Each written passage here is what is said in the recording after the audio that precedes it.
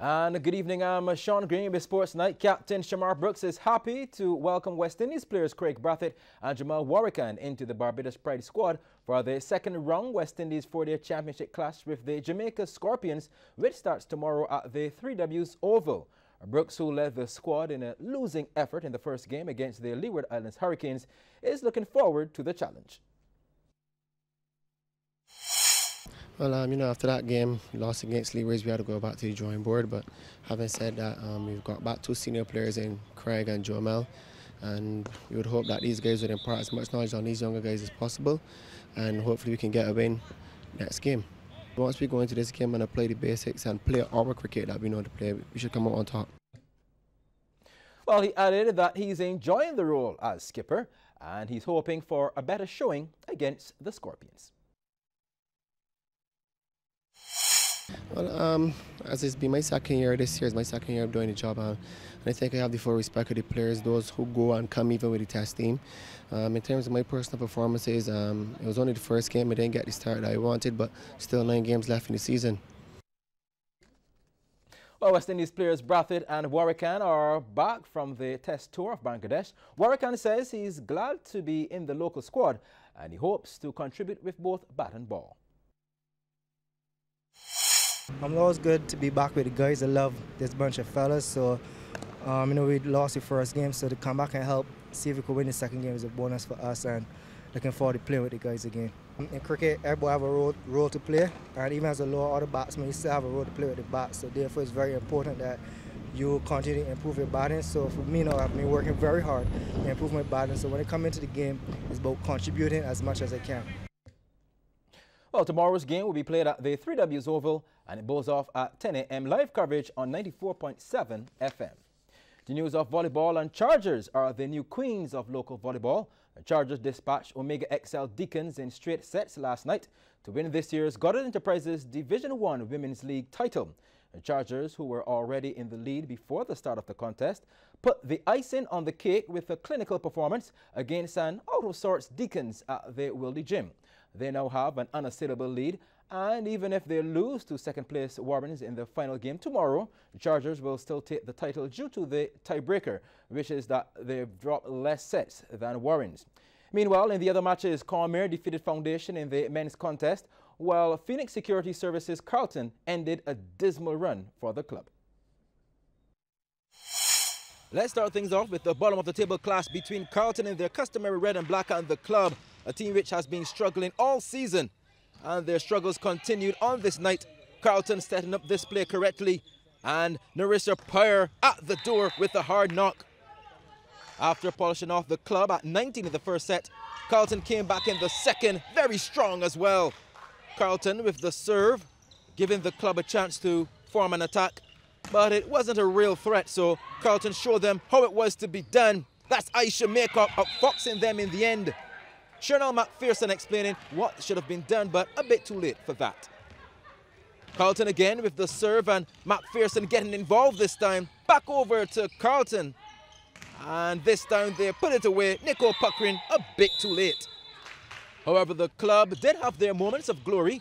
This play coming together perfectly for them. Well done. Carlton with another serve. And the club trying to replicate that play, but Carlton was better prepared. Blocked out the net. Carlton winning the contest in 3 straight sets at 19, 10 and 15. This match between Deacons and Chargers was a key game, especially for the front runners Chargers in the red. Things going wrong for Deacons here. Deshante Adamson with the serve, but Deacons just couldn't get it back over the top of the net. It really wasn't a good night for the Deacons ladies. Andrea Perez with the serve. Chargers barely managing to get it back over. The spike at the net beats the block. Danica Headley with the serve. Cat spraddling Shante Seal at the other end. Headley serving once more. This time it's better handled by Deacons. Ball comes back to Chargers, who set up the play beautifully for the experienced Sharon Bovell to close it down, as Chargers took it in 3 straight as well, winning 22, 22 and at 21. This fast-paced men's game featured Foundation and Commermere. Clever work by Foundation at the nets. Foundation's Rashawn Aline with the serve. Let's see what Commermere can make of it. A spike blocked at the net, but the ball remains in play. And boom goes the dynamite. Cobhamere serves this one off to Foundation. And once again, they were ready to deliver. Darian Seal with a stinging spike down the lane. But Cobhamere weren't daunted. In fact, they rallied back and rallied hard. The ball comes back and is beautifully set up and repackaged and delivered via express airmail. But in the end, Cobhamere made light work of their Foundation opponents, winning in 3 sets at 25-14, 25-21, 26-24. Well, sports has a vital role to play in community development across Barbados. Minister of Sports John King, who was speaking recently on the final night of the big junior road tennis tournament played at the Dighton Power Roach facility in Bush Hall, said that indigenous sports should be at the forefront of that development. The minister also asserted that road tennis has the elements to be included in the Olympics in the future.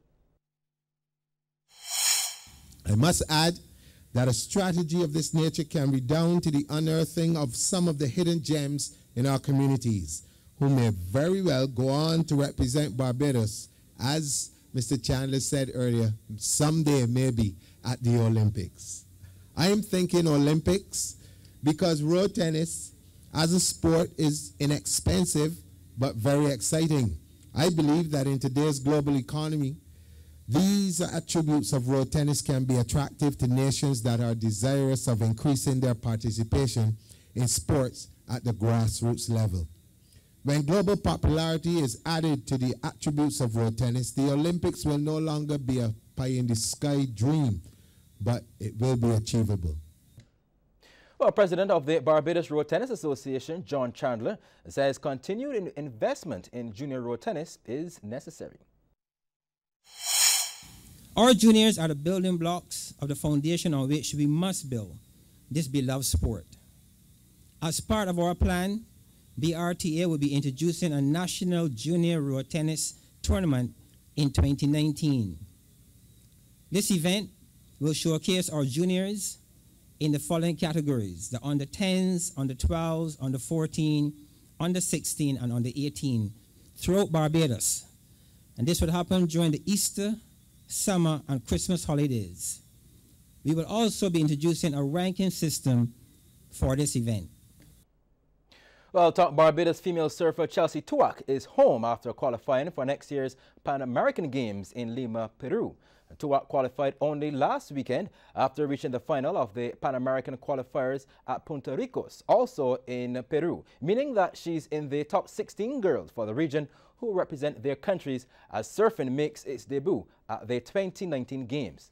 And Chelsea had a successful year, claiming the Women's Championship in Martinique Surf Pro and also the Rinex Top Pro in Kuta Beach in Indonesia. She was third at the WSL Anglais Surf Pro in France and fifth at the Barbados Surf Pro. And she had 2 other top 10 finishes at Port Elizabeth Pro in South Africa and the Pantene Pro in Spain. Home for the holidays, Chelsea is elated by what 2018 surfed up, and she's looking forward to going even further next year. It was definitely a big competition for me, and I was really happy with how I performed. I was really happy to get into the final again, and it was a nice way to end the year, I think, and it's given me a bit of motivation and a bit of inspiration, and just work harder in this off season now and make sure that I am ready, not just for my professional career with the World Surf League, but also getting myself ready for the Olympics in 2020. Hopefully, I will try my hardest definitely to qualify. It's definitely a big feat, only 20 females in the whole world, but I'd like to represent this region. I'd like to represent Barbados to the Olympics, so that's the big goal anyway. That's what I'm gonna go to sleep thinking about. Well, Chelsea kicks off her 2019 season in mid-January. Well, for the second year in a row, the Wanderers Netball Club's junior team of Australia visited Barbados recently as part of their annual tour of the Caribbean. CBC's Anne-Marie Burke takes a look at some of the games they played while on the island. As they did last year, the Wanderers Netball Club of Australia made Barbados one of their destinations on the club's Junior Netballers Caribbean Tour. And it was at the Springer School that they got some encore action, starting with the under-15s who played against the Springer team. The Springer girls played in the Pink Babes and were actually evenly poised against their foreign opponents. Goal shooter finding goal attack who completes the play.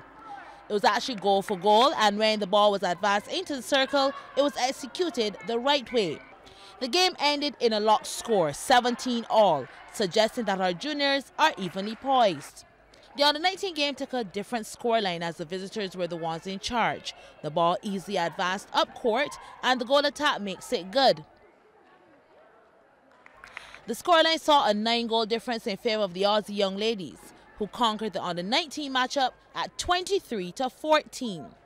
And in the featured game, a combined team of past under-16 nationals were able to conquer the visitors, taking that game at 34-26. I'm Marie Burke.